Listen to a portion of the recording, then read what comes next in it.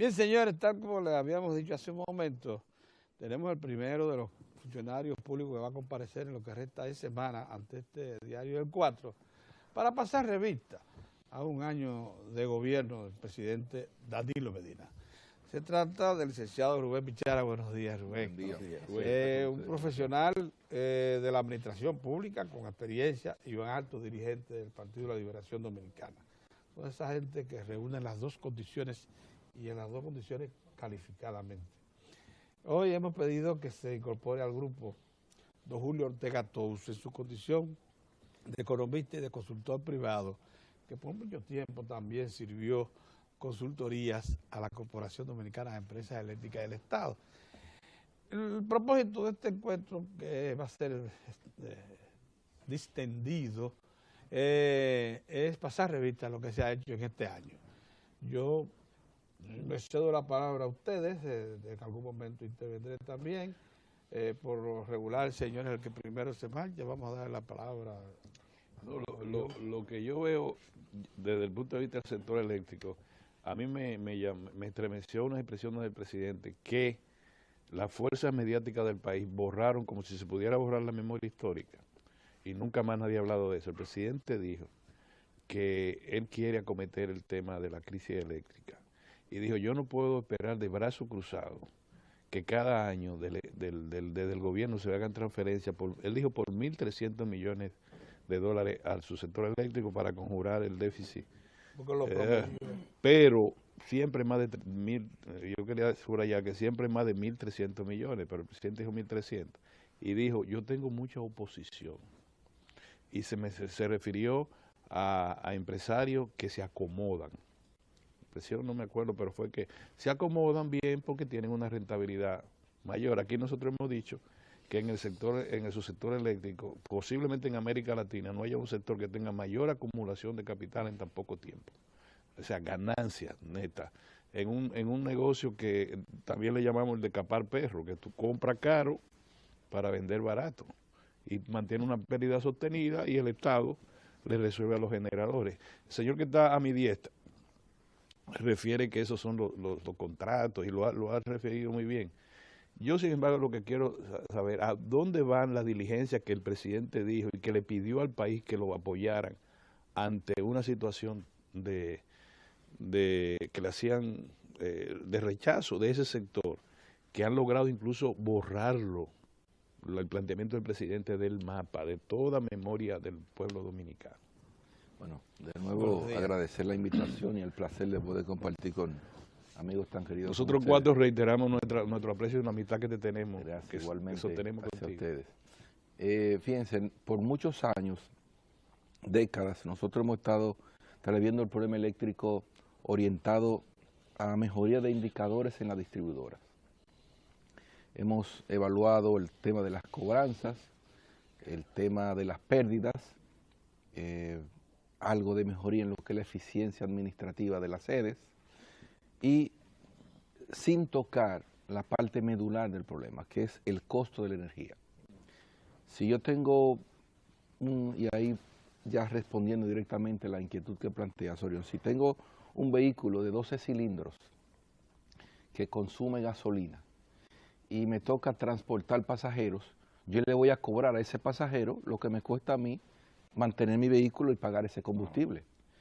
Si viene otro chofer y tiene un vehículo que funciona con gas y en lugar de vender, pagar 20 centavos por kilómetro, este produce a 10 por kilómetro, obviamente que el de 10 va a desplazar al de 20. Eso es lo que nosotros tenemos en el sector de generación. Tenemos una producción de energía muy costosa, pero además de ser costosa, derivada en un 60% de petróleo. Entonces, la indexación de ese combustible, de esa generación, aunque un 46% es la base, el pago que se hace efectivamente alcanza un 60% en referencia a esos precios. Entonces, es como enfocar la solución al problema medular. Hay que cambiar la matriz de generación. Y ese es una especie de cabezote que va a arrastrar ya un efecto positivo en los otros indicadores a los que nos hemos dedicado. Nosotros, en esta primera etapa, lo que hemos tratado es de enfocar todos los esfuerzos a dejar definido el cambio de matriz, a dejar eso que pueda caminar favorablemente y que podamos decir que habrá un cambio sustancial en la matriz de generación y con ello una reducción de los costos. Y entonces, paralelamente con eso, trabajamos con pérdidas, eficiencia de cobros como derivado de la mejoría de las pérdidas y la eficiencia de gestión. Entonces, básicamente ahí donde hemos estado trabajando y vamos a insistir hasta dejar el tema de la matriz resuelto, porque es la clave para la solución del problema. La matriz ha involucrado, además de las plantas a carbón, que ya se están licitando, 2 plantas a carbón de 300 megas, se habla de la necesidad también de energía a base de gas natural, entre otras. En ese sentido, ¿cuál es la situación en este momento? Porque de acuerdo a lo que se ha establecido, han establecido los técnicos para tener una planta lista, una planta a carbón, se necesita más o menos de 3 años, ¿verdad? Más o menos, es el promedio para la construcción, instalación y puesta en operación de una planta. Todos estamos esperanzados en que efectivamente y por primera vez un gobierno le marcha al problema en sus raíces, que es un problema de orden estructural. Pero en esos fines, como vamos hasta este momento, proyecta que efectivamente a final de la administración del presidente tendremos un avance significativo en materia de cambio de matriz. Lo digo por el asunto de el costo y lo digo además por el tiempo. Ya en el caso de la corporación tenemos ya licitadas las 2 plantas a carbón, pero todavía no conocemos de lo que ha ocurrido, por ejemplo, en el caso del gas natural, para que nos diga por dónde van los asuntos. Y bueno, lo que tiene que ver con la licitación, recuerden ustedes que iniciaron en la inscripción 56 empresas, iniciaron el proceso. De esas 56, 44 ratificaron su intención de participar. Luego hubo otro proceso que la dejó en 38. Exacto. Luego en 24. Y finalmente, cuando se hace ya la presentación de credenciales en un acto público oficial, 18 confirman que entregarán credenciales. De esas 18, 2 llegaron tarde, las puertas fueron cerradas a las 10 de la mañana, tal y como se estipuló en las bases.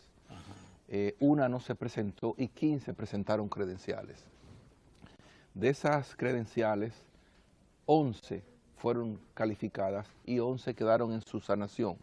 En la subsanación quedaron 8 y luego quedaron 6. Es decir, que tenemos 6 grandes empresas de clase mundial compitiendo en este proceso de licitación. Ya prácticamente lo que viene ahora es la recepción de ofertas de parte de las empresas. ¿Cuánta oferta tendremos? Bueno, aún no lo sabemos, pero ojalá que se animen la mayoría, si no todas, a presentar una oferta que nos invite a nosotros tomar la mejor decisión. ¿Oferta económica o técnica? Ambas, oferta económica y técnica. ¿Incluye el financiamiento? Debe incluir el financiamiento en la propuesta. Es razonable que No, acepten lógicamente todo eso se evalúa en el proceso de O sea, licitación. tiene ambas y Hay plazo para eso. sí, tenemos ya antes del 15 de septiembre debe estar definido toda la presentación de lo que son las ofertas, para darle paso, como dice, a la evaluación. Que se lleva un tiempecito también. La evaluación de oferta se lleva sus 2 o 3 semanas, obviamente. Porque lo que estamos hablando es lo que dijo Mozart, los 3 años lleva uno. Y anoche, un ciudadano que está a mi diestra mostró preocupación por eso, dijo, mi preocupación El factor tiempo. el factor tiempo con respecto al inicio de cuando se resuelva todo para construir las plantas. Sí, realmente es como yo digo, aquí no hay un bachillerato acelerado. Tú no puedes hacer 4 años en 2 años. Tú tienes que hacer cada curso en 1 año.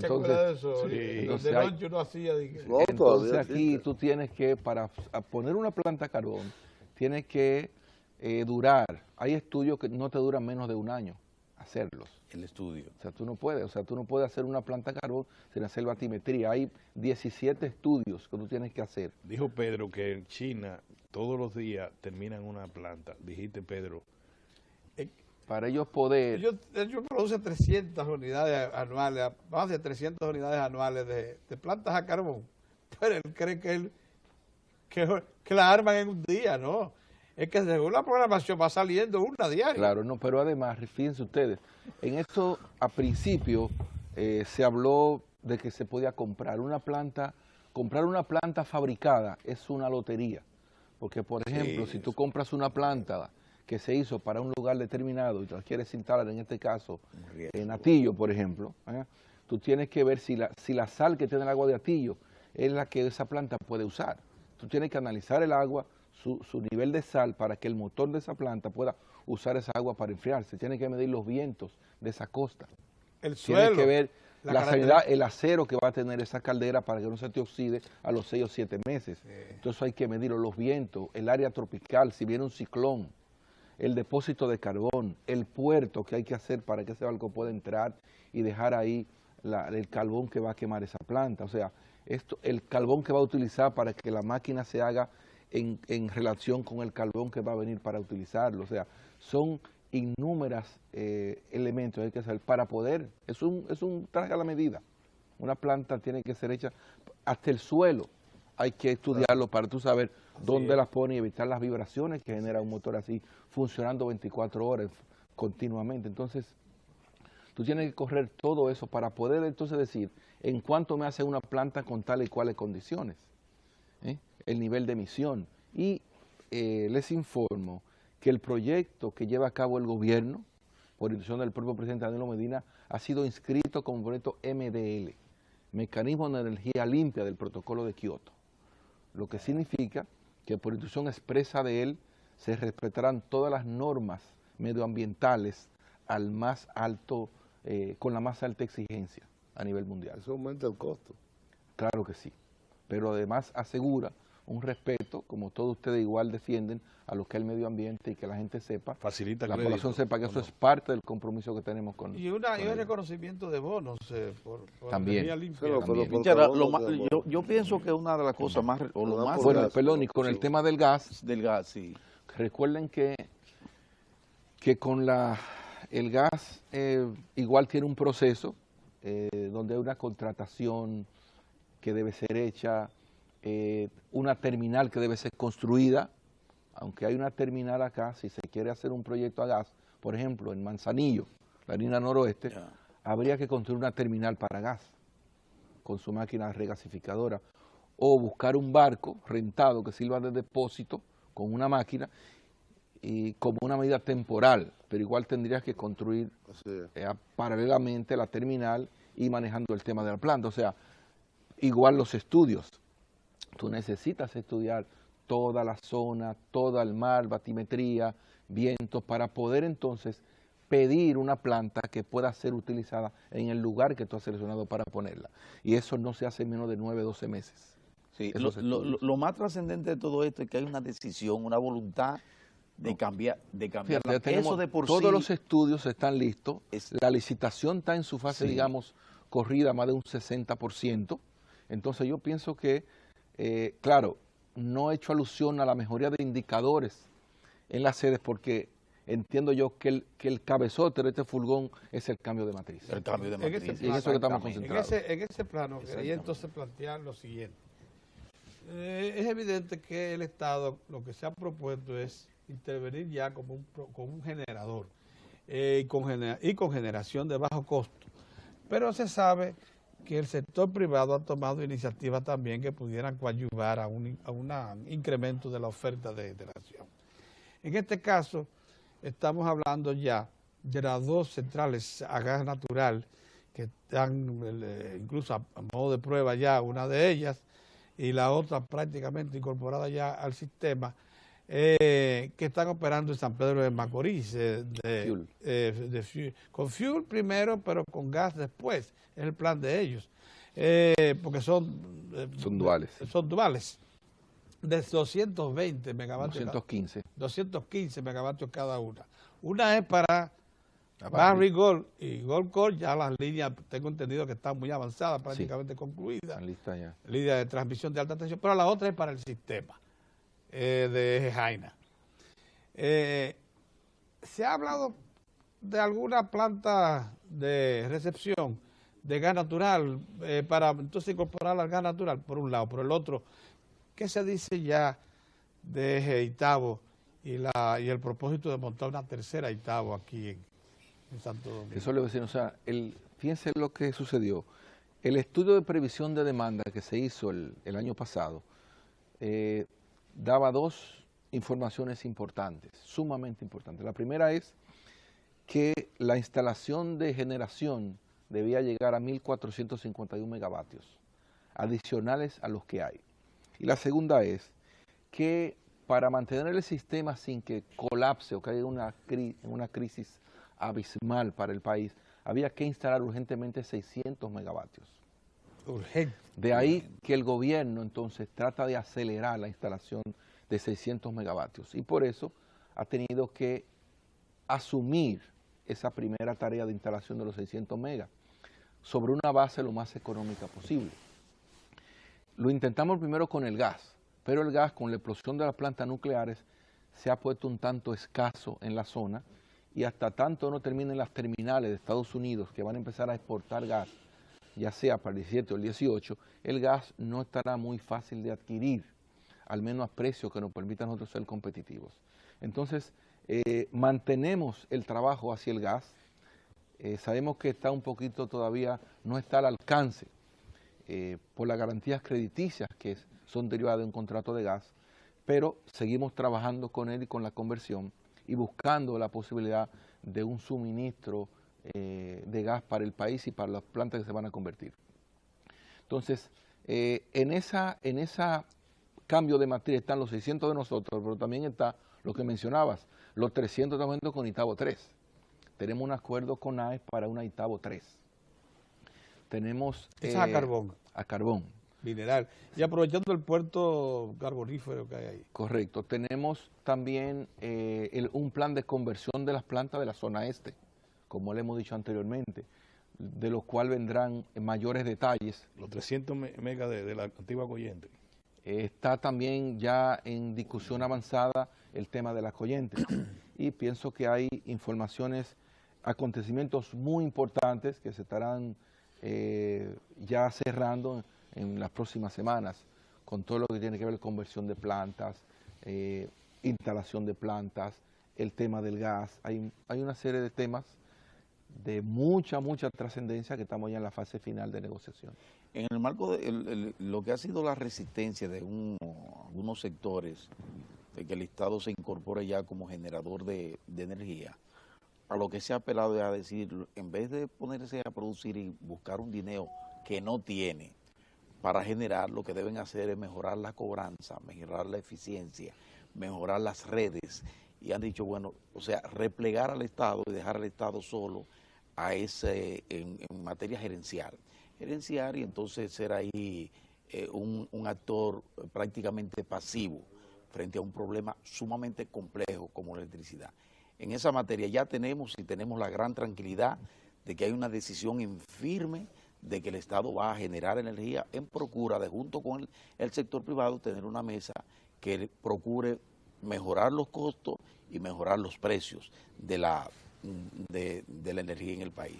Pero en materia de cobranza, en materia de gerencia y en materia de corregir las averías y ese tipo de cosas, ¿por dónde andamos, Villar, en este primer año? De la primera parte, mi opinión particular es muy personal, que no creo que el sector privado en su conjunto esté nada opuesto al tema de las plantas que está instalando el gobierno.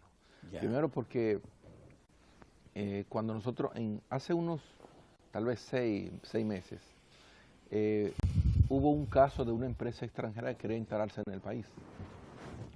Decía, mire, yo tengo un nivel de exposición muy grande donde estoy, necesito llevar operaciones de aquí a otro país. No estaban mal, pero tenía una alta exposición ya por el nivel de empleado que tenía ahí. Y siempre lo distribuyen en diferentes lugares para no estar del todo en un mismo lugar, ¿no? Pero yo puedo mover 3.000 para allá. eran 3.000 empleos nuevos para el país. ¿Qué yo les pido como condición? Que la energía sea 12 centavos. No se va a poder. Entonces ahí no la ponía bastante difícil. Sí, claro. Y los propios industriales. ¿Qué pasa cuando ellos pelean sus contratos de no regulados ahora? Que entonces hubo que buscar forma de que pagaran a 16. Muchos están a 16, pero cuando ellos pagan 16, el Estado tiene que subsidiar toda esa energía.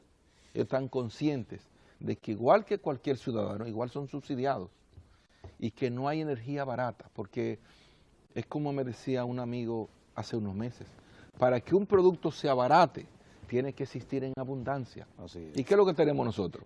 Y escasez. Y además de que no tenemos energía en abundancia, todo el mundo la demanda. Es un producto, el más demandado que puede haber es la energía, pero además es escaso. Entonces, junten ambas cosas y verán que no estamos inventando nada. Mientras no haya energía suficiente, no puede haber energía barata. Una cosa, eso- usted es algo acaba muy de decir elemental. algo importante ahí, señor administrador, en la respuesta a Mozart. Y es que, en efecto, hay una gran cantidad de empresas que se han convertido en usuarios no regulados y que han obtenido de las generadoras precios especiales de 9 hasta 16 centavos, de generadores incluso caros. Como usted dice, ellos son tan subsidiados como cualquier otro usuario, porque la energía es una misma desde el punto de vista de costos, cuando se promedia.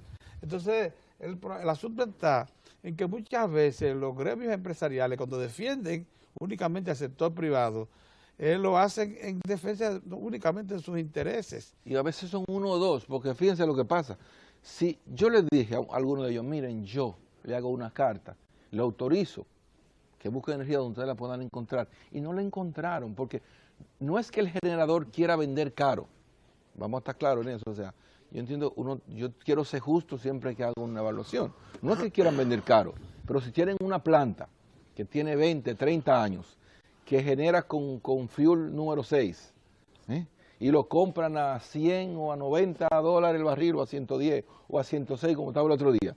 Cuando meten combustible en esa planta, que sacan el costo, le va a dar por encima de 20, 25, Sí, 30. Sí, así es. O sea, es que lo que está usted dijo un obsoleto es ese parque de generaciones lo que hay que cambiar. El ejemplo que puso, No hay cómo perdóname nada producir más, barato me voy. con un parque así. Rubén, el ejemplo que usted señaló en el encuentro con, como le llaman, con líderes de comunicación, que cuando estaba el juego de béisbol de la Del grande campeonato. que estábamos nosotros, había que darle luz a todo el mundo. O sea, mientras más energía le suministra a la población, más caro y la pérdida es mayor. Claro, porque fíjense, hay momentos en que la energía se compra hasta por encima de 40 centavos. O sea, tú compras, tiene, claro, a 9, tiene a 16, tiene a 20, 20, pero la media es por encima de... Nosotros tuvimos una media de 25 en la compra y la media de venta es de 20. ¿Por qué? Pero ¿cómo tú le dices a un generador que te venda barato cuando su planta no puede producir barato? Él te va a cobrar el costo a que está generando, su costo de producción, más un beneficio, más una recuperación de presión, pero él va a cobrar en base al precio que su planta produce, y la planta produce caro. Rubén, Sí. hay un punto que yo creo que debe de ser parte, y ha sido parte de las reflexiones que ha tenido el actual gobierno. Desde el año 98 se produjo un cambio en el modelo de organización del sector eléctrico. La llamada capitalización dividió la CDE en 7 empresas de generación, de distribución, de transmisión, hidráulica, etcétera, etcétera. El criterio sobre el cual todo este proceso se hizo fue, uno, quien debe controlar el sector es el sector privado, aunque haya propiedad mixta, pero control operativo de hecho, es Jaina la mitad del gobierno, es Gitabo la mitad del gobierno, pero el gobierno es un convidado de piedra. Número 1, la distribución en mano privada, también con el mismo esquema, y ese esquema colapsó. ese esquema colapsó. La parte en donde menos rentable es, que son las distribuidoras, se la devolvieron al Estado. Así es. Las generadoras, que sí producen un beneficio, se quedó en manos del sector privado. Después que lograron el Acuerdo de Madrid como garantía. Sí, pero Sí, el así proceso sí es fácil. ha sido mucho más largo. Mi pregunta es la siguiente. Como cabeza del sector, porque la CDE es la cabeza del sector, por más empresas y subempresas que haya y organismos, aquella organización que se hereda de la Ley General de Electricidad y del proceso de capitalización, hoy en día no funciona. Es decir, ¿por qué hay que tener 3 distribuidoras y no tener una? ¿Por qué el Estado no participa masivamente en generación, como tú lo estás planteando? 600 megavatios sería un inicio. Correcto. Pero el interés de un servicio público como es la electricidad para los usuarios, para las empresas, para la vida moderna, para todo, la electricidad es la base. Obliga a que el Estado le dé el tratamiento de servicio público y por lo tanto que intervenga. Entonces, Como oferente. entonces esto no puede quedarse como un negocio nada más, en el que un empresario invierte y obtiene un retorno como si fuera que compra, no sé qué, un juguete y lo vende más adelante. En ese sentido, yo creo que el sector necesita un reordenamiento. El presidente Medina hizo un diagnóstico excelente, que creo era a lo que se refería Orión hace un momento. Dijo muy claramente cuál es la enfermedad y cuál es el remedio en el discurso que hizo en la Asamblea Nacional el 27 de febrero. Fue muy claro, muy detallado y muy preciso. Y en la presentación que tú hiciste en la Cámara Americana de Comercio, que fue enorme, están todos los indicadores, es decir, todo el detalle de ese diagnóstico. Ahora bien, para avanzar se está trabajando en incorporar al Estado como generador. Es una decisión tomada, aunque el propio presidente dijo, he enfrentado oposición. Sí. Muy brevemente lo dijo, pero es claro que ha enfrentado oposición, porque es un lugar donde se generan ganancias, muchas ganancias. Inclusive los niveles de ganancias son superiores a la media internacional en el sector de generación privado. Dentro de ese contexto, ¿cuál sería el plan de la CDE o del Estado ya, del gobierno, para reordenar el sector energía, el subsector eléctrico? Yo veo que han creado y se está por organizar un Ministerio de Energía y Minas. En el lado del sector eléctrico, ¿hay algún proyecto también de reordenamiento institucional o se quedará de la forma como está la estructura y la red institucional actual? Mira, yo pienso que ahí inicialmente el Estado no le interesa, digamos, competir con el sector privado, y yo pienso que ahí igual tú colindas con eso. No es lo único que queremos asegurar no es que exista la energía y que exista a buen precio, a un precio que el Estado, que el pueblo la pueda pagar y la pueda soportar. Entonces, y eliminar el subsidio. Y eliminar el subsidio, que es la parte donde, ¿verdad?, donde se va a demostrar que el asunto ha dado resultados. Esa es la prueba mayor. Ahora, si volvemos al ejemplo anterior, y yo tengo un carro que lo uso para transporte público de 12 cilindros y tengo que cobrar al pasajero a 30 centavos, mientras no haya otro carro, yo no tengo temor de que el mismo lo vayan a sacar, porque es el único carro que hay. Entonces, mientras no venga un carro que funcione más barato y que yo tenga el temor de que los pasajeros se me vayan para otro vehículo, yo no tengo tanta urgencia de cambiar. Por eso es que el Estado tiene que lograr que se produzca una adición de generación de bajo costo para forzar la conversión o la generación más barata que se instale. pero ese es el único objetivo. Después el Estado puede transferir esa planta, hacer lo que sea, pero no es una competencia con el sector privado. Es asegurar energía en abundancia y a buen precio para salir de este problema. Y yo, de verdad, estoy altamente seguro de que el problema será resuelto, porque se ha puesto el trabajo y se ha puesto el foco donde hay que ponerlo. ¿Qué se requiere? El tiempo que lleva hacer esos proyectos. Sí, claro. Ahí no se puede inventar. Y la población tiene que entender que se ha iniciado un proceso definitivo. Recuerden ustedes que básicamente este problema se arrastra de los años 50. Entonces, nosotros tenemos que empezar para poder terminar. Bien, yo estoy satisfecho con lo que se ha avanzado hasta el momento y nosotros esperamos que al mes de septiembre esté cerrado el plan general que tiene que ver con el cambio de matriz, enfocarnos a esa parte que se llama de revisión de aspectos derivados en la solución, como está el caso de las pérdidas, de la lucha contra las pérdidas. Sí, tenemos pérdidas en un 38%.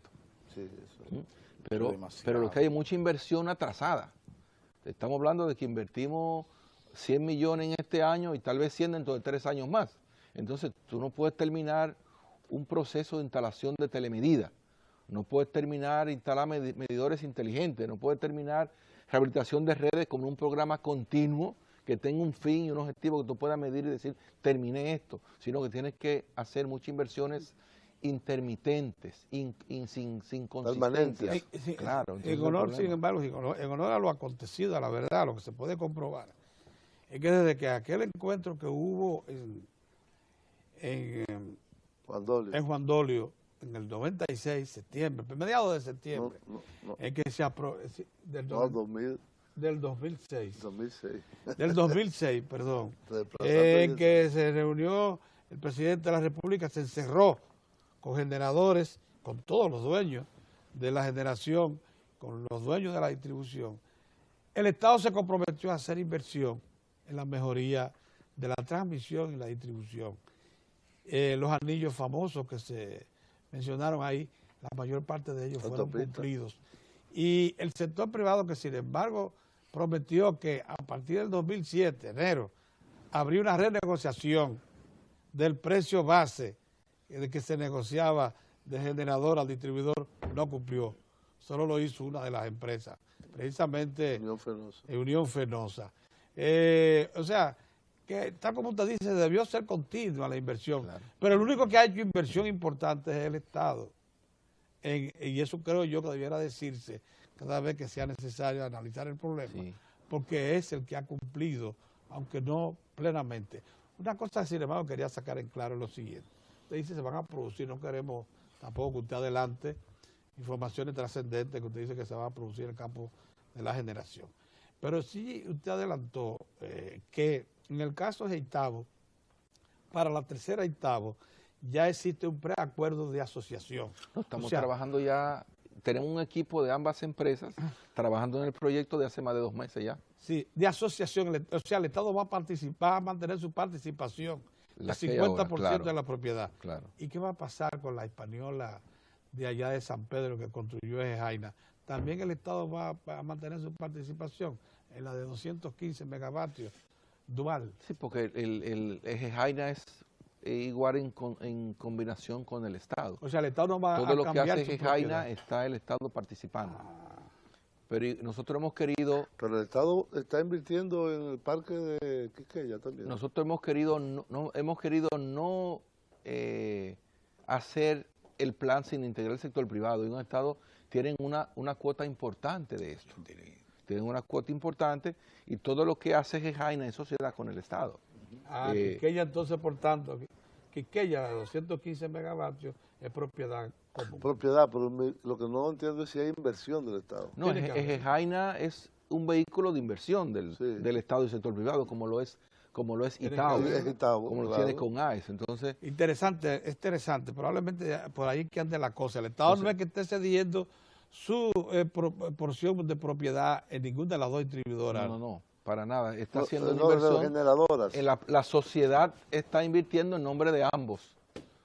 como En existe. la generadora. Otra cosa, siendo así, ya poniendo la cosa en claro, todo indica que cualquier proyecto grande de gas natural que se está definitivamente orientando hacia la costa norte, estará presente el Estado también. Claro que sí, el Estado es que está patrocinando la parte de la zona norte, digamos como una opción, pero igual hay otras opciones que se están también ventilando, porque ¿qué es lo que queremos? Los 600 megavatios que se están instalando ya a carbón, los 300 que está instalando, por ejemplo, AES, el tema de San Pedro, donde habrán tal vez unos 300 megavatios, ¿verdad?, adicionales, la conversión de las plantas, y con eso juntar los 1.451 megas necesarios que arroje el estudio para que el sistema pase a ser un sistema preventivo. Porque no solamente estamos en un tema de emergencia, cuando una planta sale, no tenemos energía fría nosotros. O sea, hay que... No hay reserva fría. No hay reserva. Si usted tiene en su casa 2 vehículos y se le daña uno, se va en el otro. Pero aquí, si nada más tiene un solo y se le daña, tiene que irse a pies o llamar a un taxi. Entonces aquí no hay con qué sustituir una planta cuando se le daña. Sencillamente a usted nada más le queda cortar el servicio. Pero además, el tema está que no tenemos cómo dar una energía continua cuando es en base a los derivados que tenemos ahora, al parque que tenemos. El país no soporta darse una energía tan costosa, porque no hay cómo pagarla. El ejemplo de lo que usted dice es Falcon Bridge. Falcon Bridge tiene 3 generadoras de 66 megavatios cada uno, térmicas, o sea, se alimentan de búnker, allá en Loma Peguera. La tiene apagada porque a pesar de que tiene su gasoducto activo, pudiera recibir el petróleo crudo como lo hacía antes, lo enviaba a una refinería que tiene allá, que procesa hasta 17,000 barriles diarios y le producía nafta para los hornos y búnker para la planta. Pero hizo una operación con AES y compra energía que la lleva por las líneas de alta tensión del Estado y así mantiene operando el 50% de su capacidad de fundición. A gas natural. Y a gas natural, con gas natural y a precio de privilegio, o sea, de no regulado. De no regulado. Pero tiene 3 de 66 megavatios cada una apagada, porque son muy caras. Son muy caras, no la puede, exacto, no soporta. Eso revela claramente la situación en que está el sistema en general. Por eso es que la línea, el objetivo es modificar la matriz. Nosotros queremos un parque donde la generación no pase de 13. La media. Exacto, una media de producción de compra de 13. Porque ahora mismo hay ocasiones de 13, de 13 centavos. 13 centavos de dólar el kilovatio. Ahora no vamos a ver hasta 42. Entonces eso es insostenible. Hay plantas que producen por encima de 40. Pero cuando compramos esa planta por encima de 40, tenemos que vender a 20. Falcon Bridge no dice se puede que modificar. Falcon Bridge dice que si opera las 13 generadoras con búnker al precio que está hoy, le saldría mínimo 36 centavos de dólar el kilovatio hora o quizás más. Eso va a fluctuar. Pero la conversión, yo hasta ahora debo decirles que he tenido una excelente receptividad de parte de los propios generadores. No hemos tenido discrepancias de ningún tipo. Ustedes han escuchado tal vez algunos, si han escuchado algo es por falta de información de alguien que comentó, pero en términos generales pienso que ellos han entendido que esta crisis ha tocado fondo y hay que resolverlo. Entonces todos sin excepción tenemos algo que aportar en la solución de la crisis del sector y yo tengo la plena confianza de que lo vamos a lograr. ¿Qué va a hacer Barry Gold y Goldcorp con los 210 megavatios que tiene en línea ahora? Retornarán al sistema. Retornarán al sistema. ¿A un precio se está negociando eso? Bueno, recuerden que en ese caso los precios son lo que arrojan las fórmulas. Nosotros tenemos un precio fijo al que tenemos que vender, que no podemos tocar que la tarifa, porque el ejercicio es el siguiente. Cuando las distribuidoras compran, digamos, una media de 25, pero tienen una tarifa que le cobran a los clientes. La diferencia entre ese bache que hay es lo que el gobierno subsidia. Mientras esos costos no bajen, y tiene que ver con el propio tema de inversión. O sea, si el gobierno tiene que buscar 1.300, 1.500 millones para completar el pago a los generadores, no le queda nada para invertir en el sector. Nada. O sea, fíjense cómo el presupuesto, la asignación presupuestaria pasa de 350 a 800. Si bien es cierto que no da, si yo pido más, ¿qué me van a decir? Lo que ustedes saben, sería un abusador. O sea, me están casi triplicando una asignación presupuestaria que no es suficiente, pero la han triplicado. No puedo pedir ahora. Más una disponibilidad para inversión de, Claro, 200, o sea, de 250. Pero en la medida que ese subsidio es tan elevado, te impide prácticamente poder tener nada restante para inversión. Por eso hay que trabajar en el cambio de matriz y reducción de costos como solución puntual de esto. Hay un aspecto, Rubén, que yo recuerdo, personalmente trabajé mucho en eso, que es muy factible y que le arrojaría altos beneficios a la finanza de la sede, que es la conversión a gas de Coyentrix. Correcto. O sea, eso sería un éxito, son 300 megavatios. Se está conversando, se está avanzando, porque AES tiene el gas y está a 30 kilómetros de donde está Coyentrix. La idea era hacer un gasoducto, después se habló de traer un barco, pero realmente poder despachar el CESPEM, que es el nombre, la gente la conoce como Coyentrix, con gas natural, me acuerdo de los cálculos que en aquel momento, que de una pérdida que está teniendo el Estado vía la sede en el pago de capacidad y cuando la despacha, que es altísimo también el costo, pasaría a tener ganancias. Claro. Entre la compra y la venta casi de 100 millones de dólares. Te estoy hablando del año 2009, 2010. Hoy en día andaría también por esas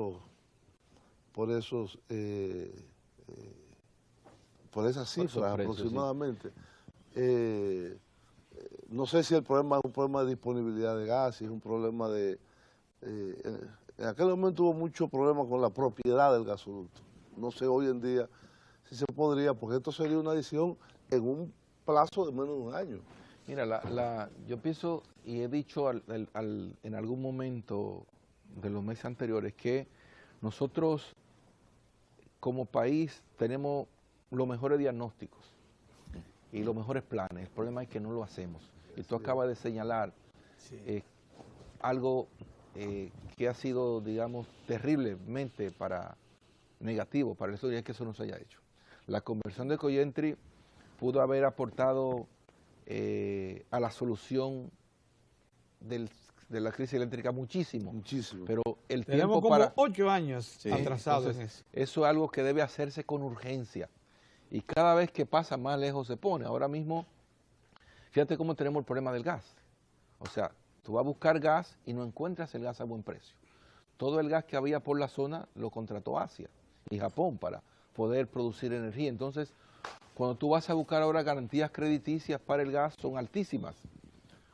Te cobran 1 o 2 años del valor total del contrato para firmarte un contrato de gas. Oigan. Pero entonces, estamos hablando de que en el mejor de los casos, una garantía te va a costar de 500 a 1.000 millones de dólares, solamente la garantía. Y en términos reales, si tú quieres pactar con un proveedor directo, te puede costar 3 o 4 mil millones de dólares una garantía crediticia. Entonces, pero además el precio que tú lo logras. Ahora mismo nosotros estamos gestionando, tenemos 4 o 5 propuestas en discusión para suministro. Sabemos que algo va a pasar en el caso del suministro, pero si hubiésemos hecho eso hace 2 años, 3 años, la historia hubiese sido otra. ¿Y la cobranza? ¿Cómo andan las cobranzas? Bueno, las cobranzas han mejorado sustancialmente. Nosotros en los últimos años, y no es algo que pueda atribuírnoslo nosotros como un logro nuestro, sino que las administraciones en el curso de los 4 o 5 años últimos han producido más de 500,000 de clientes a la cartera de las distribuidoras. Pero eso no ha tenido un impacto como el que esperamos, porque son clientes de bajo consumo los que quedan.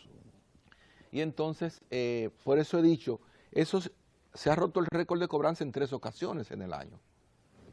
Y hay, pero eso no va a notarse como una mejoría sustancial en el problema. Porque justamente la mejoría que se va a notar es el cambio de matriz, que haya más energía, menos corte de servicio y que la gente pueda pagar Así es. con satisfacción una energía, pero cuando tú le vas a cobrar a alguien que Y le da no le 10 tra- horas de Exactamente. interrupción, lo va a encontrar incómodo. Así es. ¿Cómo nosotros pudimos pasar esta ola de calor? No ha sido fácil. Ha sido. Fíjense cómo el calor azotó y azota a la población y hemos tenido que dar más energía, pero tampoco se nota porque el calor es muy elevado. Hemos podido casi salir de esta temporada, pero no ha sido un sacrificio enorme poder Cuando cruzar dice que estos se ha meses. roto 3 veces los Récord de Los cobranza. indicadores de récords de cobranza, cobranza, eso no ha logrado bajar la pérdida en porcentaje. Claro que ¿A sí, qué hemos logrado nivel? casi 3 puntos porcentuales. O sea, lo hemos por llevado a debajo de pérdidas. 35, 34 debe Bueno, ser. oscila, hay distribuidoras, en el mes pasado, por ejemplo, Edenorte rompió récord de cobranza en 2 ocasiones ya. Edeste ha mejorado mucho también sus cobranzas y Edesur no se queda atrás. Lo que quiere decir que los 38% general de pérdida, seguro que ha bajado a un Hemos bajado un 23%. 2.7% el nivel de pérdidas. Debemos Y estar de eso- 35. De ese 38%, ¿cuánto es pérdida técnica propiamente y cuánto no es técnica? Hay una, digamos, una cuantificación aproximada, porque no hay un estudio último que te diga con exactitud cuánto pueden ser las pérdidas. Se estima que de 12 a 15% son las pérdidas técnicas. Okay. Y luego que se hagan las sustituciones de equipos, transformadores, pues podemos lograr un nivel de pérdida técnica de un 10%, que es, digamos, Lo la media razonable, a razonable nivel mundial. Yo me recuerdo que hace 4 o 5 años atrás había un proyecto muy importante y trascendente para la corporación y para los entes que la componen, y ese era un proyecto para invertir en distribución, no en transmisión, no, en distribución de media y baja tensión, unos 500 millones de dólares, que incluía los medidores y que incluía también, sobre todo, lo que era la protección de las líneas para evitar el Exacto, el robo. hurto. Bueno, ahora mismo, si eso se actualiza, como se actualizó, ronda los 800 millones de dólares. Como no se ese hizo, proyecto. sí, ¿no? La rehabilitación general de las redes de media y de baja debe rondar ya los 800 millones de dólares, su necesidad en este momento. Ahora, hay 72 proyectos. Eso es el déficit, la mitad del déficit de un año. Es la mitad del déficit de un año. Hay 72 proyectos que se están haciendo con el BID y el Banco Mundial de rehabilitación, que culminan ahora justamente entre agosto, septiembre, y algunos de ellos se irán hasta diciembre, pero se nota el efecto cuando logras rehabilitar una zona, cómo las cobranzas suben y las pérdidas automáticamente bajan, y tú puedes dar un servicio 24 horas. Cuando se dice que estamos en procura de rebajar el porcentaje de pérdida, ya hemos dicho que con estos esfuerzos se ha impactado en 2.7, o sea, de 38 lo hemos llevado a 35 y fracción. Correcto. Pero ¿cuál es el ideal? Pudiéramos, 20. entre pérdida técnica y no técnica, el ideal a bajar. Ya sabemos que podemos llegar a un 10 razonable en técnica, y en no técnica, que robos. No, la sustracción. idea es tener lo ideal sería un 10 en sentido general. 10 en sentido general. Sí, en Chile es menos. En sentido general. Combinar Chile entonces 8. técnica y no técnica. Correcto. Es rehabilitando redes y sustituyendo, digamos, hay transformadores que cuando se calientan por energía que ahí se pierde. Claro. Y redes que tienen hasta 60 años. Hay redes con 60 años aquí. Y hay otras que las llevan tan lejos que pierden mucho en el camino. Entonces, exacto, que es cuando decimos que es como si tú riegas el jardín con una manguera que tiene muchos hoyos. Tú le estás tirando agua, pero en lo que de la llave a la punta de la manguera pierde mucha agua en el camino pero porque la manguera pero está si muy es un vieja. 10 el ideal, lo que nos falta es mucho. por Mucho, hacer. falta mucho. 23% Falta habría mucho. que bajar. Claro que sí. Alegra saber que ha mejorado mucho esa relación sector privado, generadores, con el Estado a través de la penetración de la CDE. Pero en ese mismo sentido, ¿cómo andan las relaciones o la visión de los organismos internacionales con relación al problema eléctrico? Casi siempre terminábamos con un Fondo Monetario Internacional y un Banco Mundial que decía, no, lo que tienen que hacer es mejorar la gerencia, mejorar la cobranza y elevar la tarifa. ¿Cómo ha estado después de ver que ya el Estado tomó una decisión de incorporarse en generación de energía? ¿Cómo ha estado la relación Con Banco con Mundial, Banco BID y Mundial, compañía. el BID? Mira, nosotros, si ustedes recuerdan, en los primeros 3 meses de asumir la responsabilidad que tengo, fui en 2 ocasiones a Washington, justamente, sí. primero para comunicarles a ellos el plan integral del sector eléctrico, donde está como primera columna el cambio de matriz y reducción de pérdidas. Son los 2 elementos fundamentales del plan integral. Cambio de matriz y reducción de pérdidas. Sí. Y en un plano, obviamente, la reducción de pérdidas trae consigo mejoría de cobranzas y la mejoría en la eficiencia de la gestión. El tema de transmisión es un tema crucial, tan crítico como el de la generación, que requiere niveles de inversión urgentes, porque ustedes tienen caso. Por ejemplo, si se hacen las conversiones que hay que hacer en el este, no hay cómo evacuar esa energía de ahí. Hay que trabajar inmediatamente en línea de transmisión. Cuando ustedes quieran de energía hacia el sur, el servicio se cae porque la línea no te soportaban.